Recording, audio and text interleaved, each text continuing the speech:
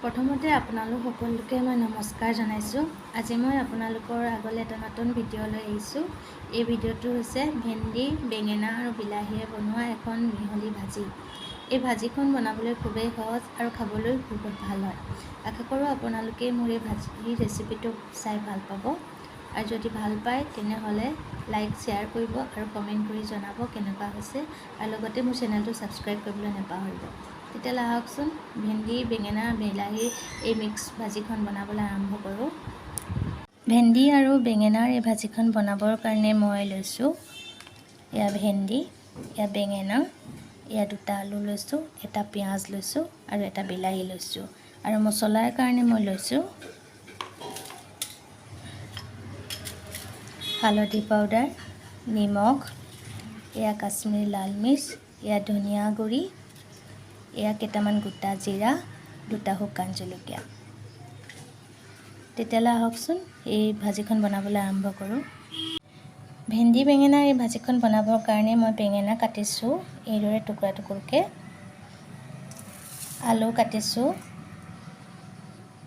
এইটো চাইজত, ভেন্দিবোৰ মই এইদৰে দীঘল দীঘলকৈ কাটি লৈছোঁ আৰু বিলাহী এইদৰে মই কাটি লৈছোঁ আৰু এয়া পিঁয়াজটো মই স্লাইচ কৰি লৈছোঁ। এতিয়া মই কেৰাহীত তেল লৈ লৈছোঁ।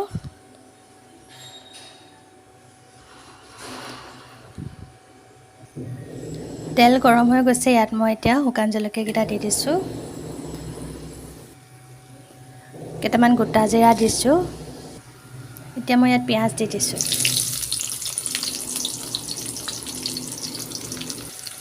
পিঁয়াজখিনি মই অকণমান ৰঙচুৱাকৈ ভাজি ল'ম।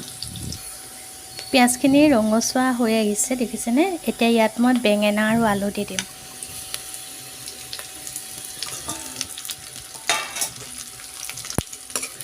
আৰু এইদৰে মই মিহলি কৰি ল'ম।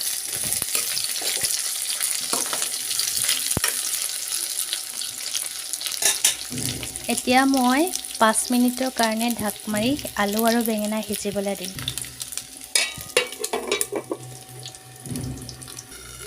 5 মিনিটৰ পিছত এতিয়া মই ইয়াত বিলাহী দি দিম। আলু আৰু বেঙেনা দেখিছেনে অকণমান সিজি আহিছে, এতিয়া ইয়াত মই বিলাহী দি দিম।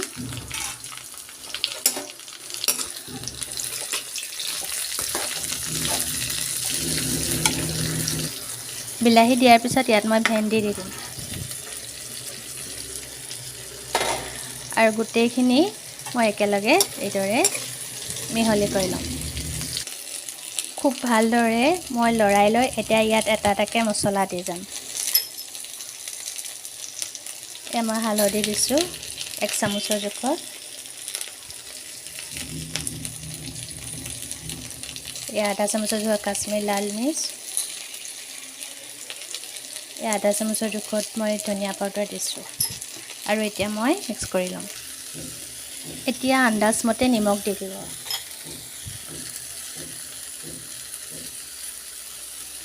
এতিয়া খুব ভালদৰে এইদৰে লৰাই লৈ ঢাক মাৰি 10 মিনিটৰ কাৰণে ঢাক মাৰি থৈ দিব। জুইৰ ফ্লেমটো একেবাৰে কমাই দিব। এতিয়ালৈকে মই মিডিয়াম ফ্লেমতে বনাই আছিলোঁ। এতিয়া নিমখ দিয়াৰ পিছত, মছলা দিয়াৰ পিছত মই জুইৰ ফ্লেমটো একেবাৰে কমাই দিম। এতিয়া 10 মিনিটৰ কাৰণে ঢাক মাৰি থৈ দিব। জুইৰ ফ্লেমটো একেবাৰে কমত ৰাখি ভাজিখন সিজিবলৈ দিব। 10 মিনিট হৈ গৈছে, এতিয়া মই ঢাকনখন আঁতৰাই চাম। যদি আলু, বেঙেনা, ভেন্দি সিজি গৈছে তেতিয়াহ'লে মই ভাজিখন জুইৰ পৰা নমাই ৰাখিম।